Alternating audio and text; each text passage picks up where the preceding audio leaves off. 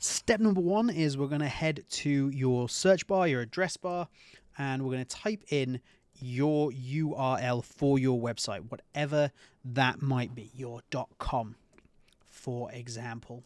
And then after you've typed in that, you're just going to go /wp-admin. Now, you can obviously do this whichever way you should please, but this essentially is how you're going to get to your WordPress admin dashboard in the simplest and easiest way. Here you are. We can add in your username or email address and your password here, and that will get you to the admin dashboard. Once we've reached that, all we need to do is come over to plugins, and we're going to go to add new plugin. That's our next step. So that's step number 2. Number 3, we're going to head up to search plugins here, and we're going to look for Duplicator. Just type that into the search bar just there. And that is going to follow us on straight to step number 4, where you will not be surprised here. We need to activate and install that plugin. There we go. Just hit install now. Hang around for a second while that installs, and then we're going to hit activate. So what we're doing today is we're going to give you a really detailed step-by-step guide on how to back up your website, covering absolutely everything. So you're going to be able to skip to whatever point you want. You're going to be able to come back to this as a reference, and we're also going to do it very quickly and for absolutely no money whatsoever. So this is nice and easy, straightforward, fast, and free. So with that in mind, back to where we were. For our next step, where Duplicator has now been activated, you get dropped to this screen right here, which is the backup screen. You of course have just installed this, so there's no backups found. So we need to just go over here and hit create new. Here you've got 4 options, so let's break them down. Firstly, name your backup. You don't have to do that. You can just leave it exactly as it is, which is what I'm going to do. Next up, we can expand this here, and this is the storage option. Now, we're just using the free version of Duplicator here, so we don't actually have the option to do things like send our backup to your Amazon services, Dropbox, Google Drive, OneDrive, anything like that. In order to do that, which is incredibly useful, you want to get Duplicator Pro. But for now, we're not going to worry about it. We're going to do a storage location, which is quite simply a local storage. So that's fine.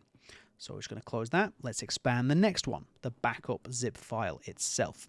Again, with the Pro features, you could select exactly what it is that you want to back up. But today we're doing a full site backup, so we don't have to touch this. Let's close that one up. And the final one is the installer. So here, all of the values are optional. You can see it says it just here. But what you can do is you can add password protection to your backup. I recommend doing that. And that is everything you need to know about this section right here. And once you're happy with that, we can just go next to start the scan. The scan won't take very long, just a few seconds. It will depend on the size of your website. And there we go. It's done already. Took a grand total of 8 seconds. And all you want to do is check that everything is good. Or if there is a notice. If it does say notice there, you can go ahead, check, make sure everything looks good. I know it is because I've done this many times before. Provided you don't have anything that's red here, which I don't think I've ever seen come up, then you're all good and you can go ahead and click on build. This is going to start building your backup. Here we go. This is now building your backup. This may take a couple of minutes. So in the meantime, we'll just sit back and relax, but not for very long. We're already at 60%, and we'll come back to this as soon as the backup is complete.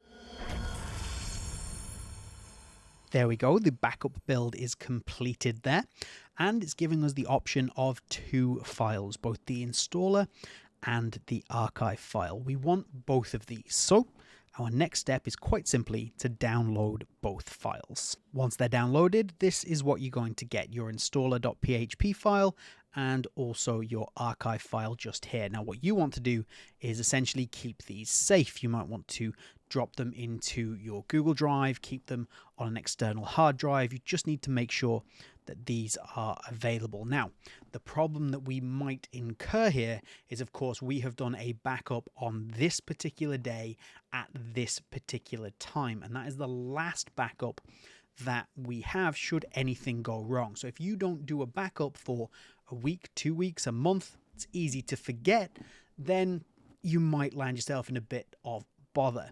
However, what you can do is you can set regular backups to occur. And of course, if you do have a problem, you need to be able to take one of those backups and you want to be able to restore your website.